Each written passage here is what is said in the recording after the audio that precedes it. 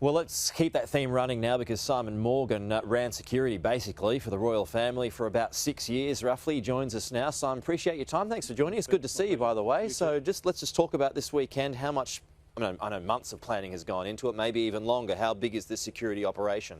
It's huge. It's another large event. We've had 3 now in nearly kind of 12 months, starting with the Platinum Jubilee and then the Queen's funeral and now the coronation. But yes, it's another massive event for the Metropolitan Police Service. So what will they be doing? What will they be looking out for this weekend? I mean, it's so complex, it's so vast. It's everything and more. You know, as you say, Golden Orb, which is the operational name for this, has been on the table for years. It ran parallel with Operation London Bridge. And now it's come to fruition because we have a London Bridge and we unfortunately will have a Golden Orb on top of that. And yeah, the police are, international terrorism at the top and then working your way down, the fixated threat, the single cause issue, and then criminality as well. Tell us about this facial recognition systems or technology that police will be using this weekend. I mean, it's controversial, but what is it and what will it be doing? It's faces in the crowd using a known database of potentially troublemakers, people that have a criminal record.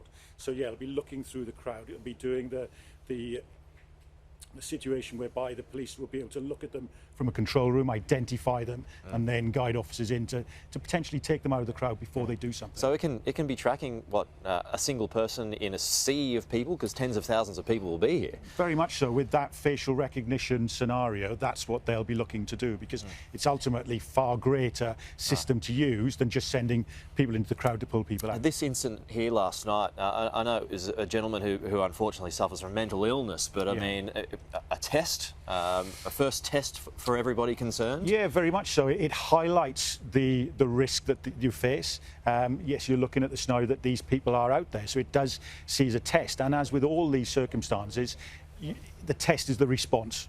What kind of happened?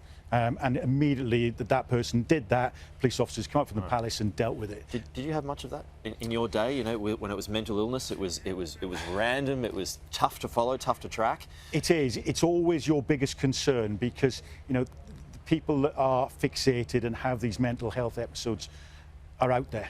And they will come to your events, and they are kind of normal people to look at. There's no distinguishing signs to say, I'm not very well. These are the people that are just in the crowd, and you're watching them. You're watching what they're doing. Are they kind of happy when everybody else is sad, or vice versa? What is their mood?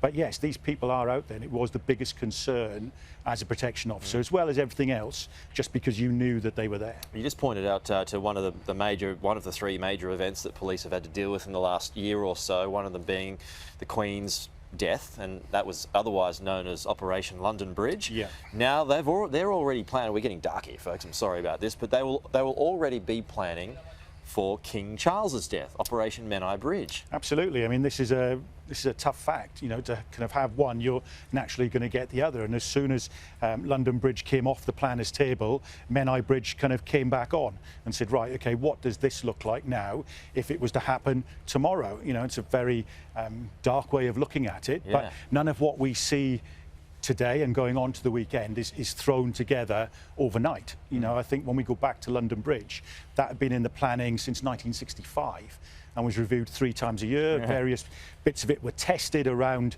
use of Westminster Abbey and processional routes and so on and so forth. So yeah, none of it is thrown together. So unfortunately, it is a dark fact that the current king already knows his funeral plan. And William to an extent. That's a conversation that's going to be had kind of next. Yeah, okay. Simon, good to see you. Thanks so much for your time. We'll talk to you again soon.